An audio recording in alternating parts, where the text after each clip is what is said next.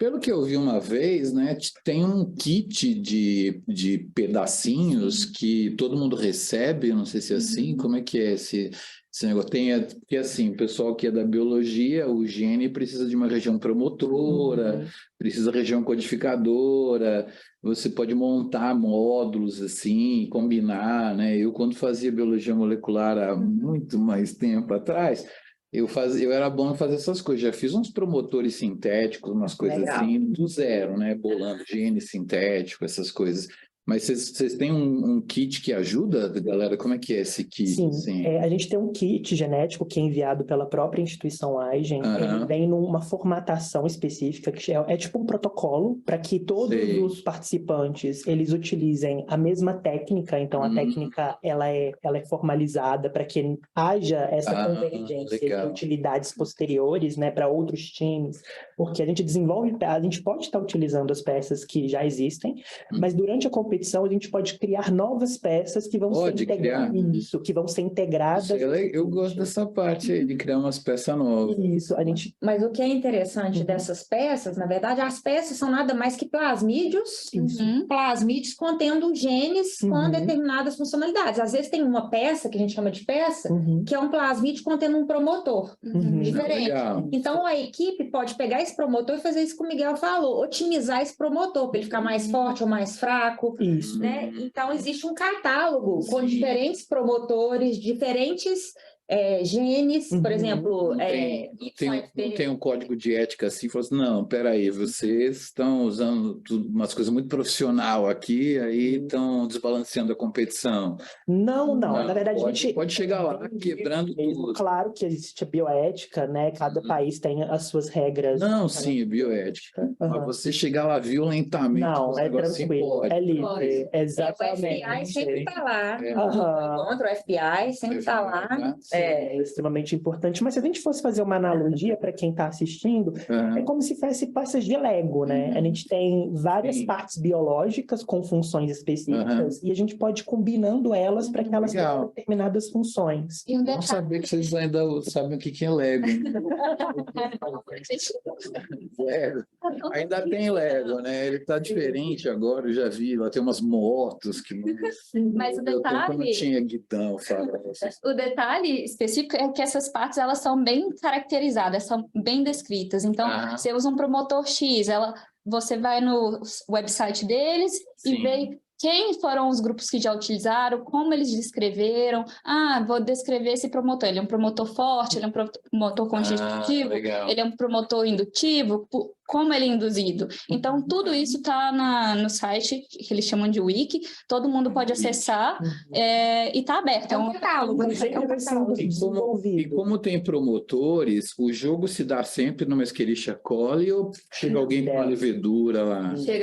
Tem gente que chega com levedura, mas a gente tem que, assim, esse kit, ele é basicamente feito pré-E. coli. Então, se você quer trazer até uma bactéria um pouco diferente, como lactobacillus, que a gente tentou implementar também, a gente vai ter que criar as nossas partes.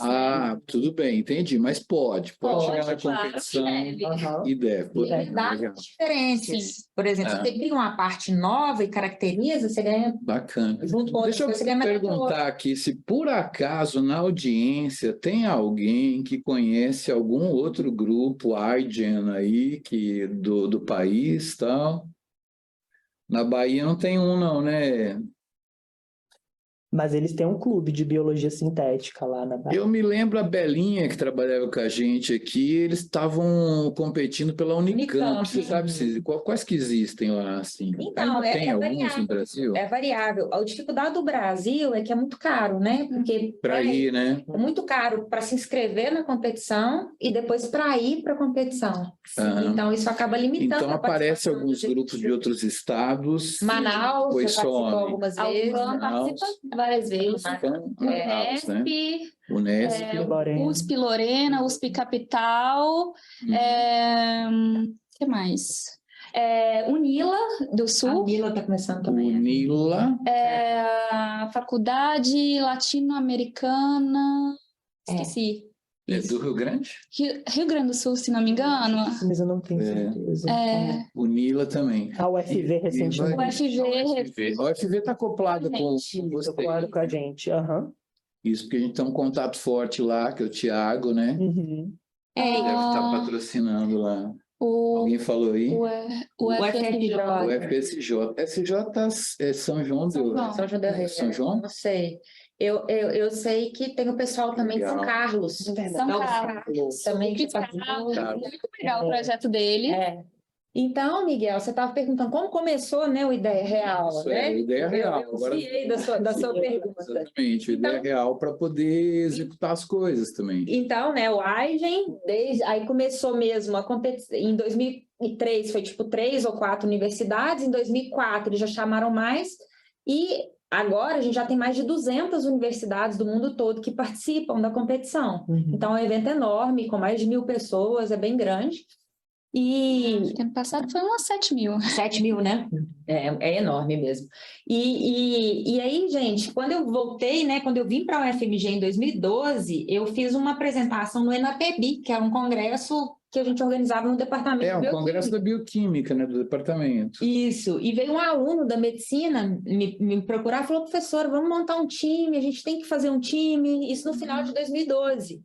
E aí eu falei, olha, a gente pode fazer, mas tem que partir de vocês têm que correr atrás, né, que está interessado, e montar um time. Foi aí que em 2013 a gente montou o primeiro time da UFMG para participar da competição, do Aigen. E, bom, eu não vou entrar aqui no detalhe do projeto, mas o que aconteceu foi que se juntaram cerca de 20 alunos de diferentes cursos, né, das ciências humanas, exatas, biológicas, e a gente tinha uns 20 alunos e não tinha local para esse projeto ser desenvolvido. Então, ficava revezando no meu laboratório de 2 em 2 para fazer um experimento. E aí a gente foi para Boston, né, foi o único projeto do Brasil que foi para Boston esse ano, porque na época, em 2013, tinha uma semifinal antes para selecionar só alguns projetos. E aí a gente foi a única equipe que foi para Boston esse ano. E a gente viu que estava surgindo, tinha acabado de abrir no Brooklyn, nos Estados Unidos, um laboratório aberto. Legal, daí que foi a ideia. GeneSpace, que foi, acho que, o primeiro laboratório aberto na área de biotecnologia, né? Um biohacker space.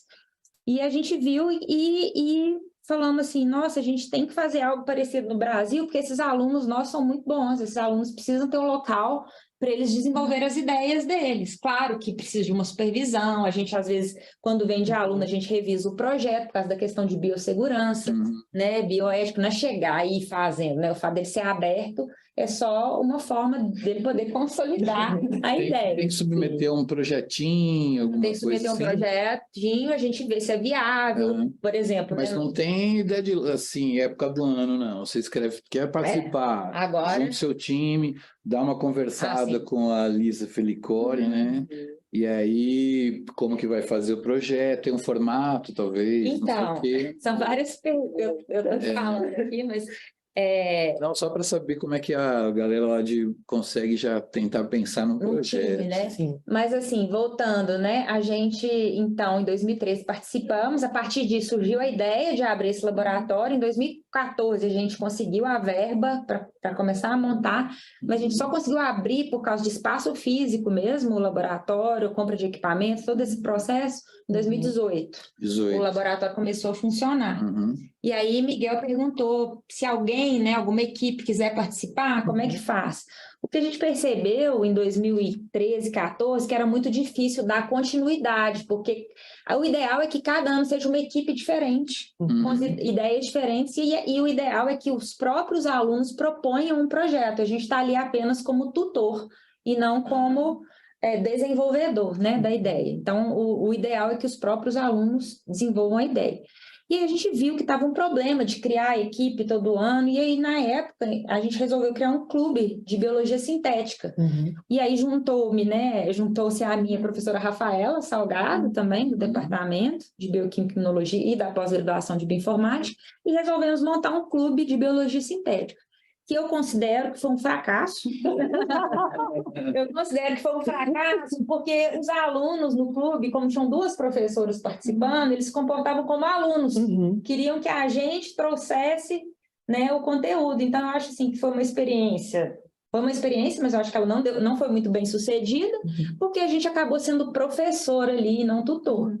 E aí foi que em 2018...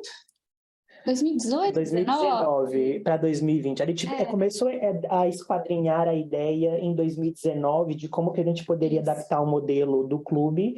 Em 2020, a gente teve que reesquadrinhar novamente por conta da pandemia. Então, a gente tinha pensado num modelo físico, né, presencial, e a gente foi pego, todos nós, de surpresa, e a gente pensou como adaptar o clube, pelo menos provisoriamente, para um modelo que fosse online.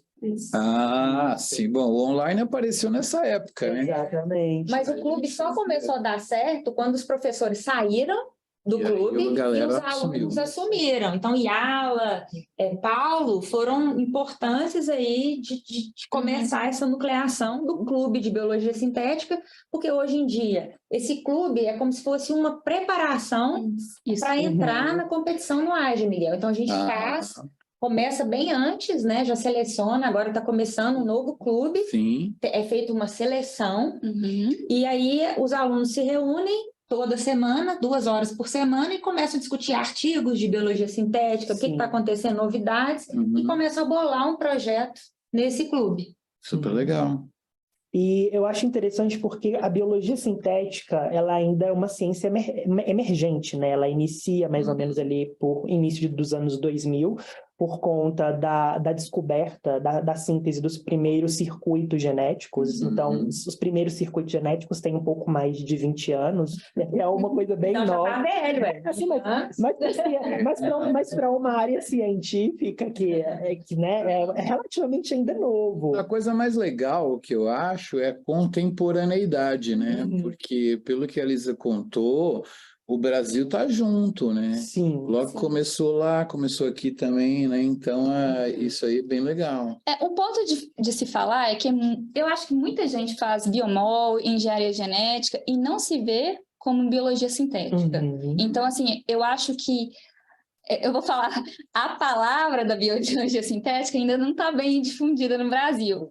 Mas, assim, se a gente for pensar em reprogramar seres vivos, todos nós fazemos um pouquinho de biologia sintética. A gente só não tem a parte ainda da caracterização das partes, o que é algo que está sendo muito utilizado lá fora. Por exemplo, a gente tem uma empresa unicórnio, a Ginkgo Bioworks, que saiu do Aigen e ela está virando um monopólio. Ela está, assim, eu acho que elas devem ter sequenciado muita coisa, eles devem estar fazendo tudo em alta escala e a gente não está sabendo de nada. E a gente está ficando para trás. Agora, tem também uma ênfase de inovação, né? Inovação é quando você propõe uma atividade e depois ela vai ter como se sustentar, né? Em outras palavras, vai ganhar dinheiro. Sim, é uma corrida biotecnológica. É uma corrida biotecnológica. Então, acho que já saíram mais de 100 startups. 150 startups de alunos que participaram do Aigen. Com a ideia desenvolvida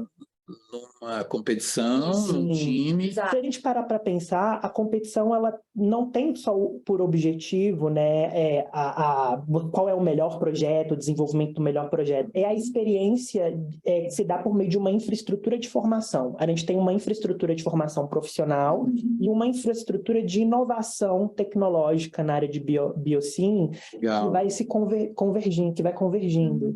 E, infelizmente, né, o Aigen, hoje, ele é uma dessas infraestruturas bem monopolizadas. Eu acho que a gente precisa transferir um pouco daquela experiência do Aigen e adaptar ela dentro das limitações culturais, econômicas, sociais que existem aqui, por exemplo, no Hemisfério Sul, mais especificamente América Latina. Não necessariamente focar só na competição do Aigen. Exatamente. Ter outras coisas.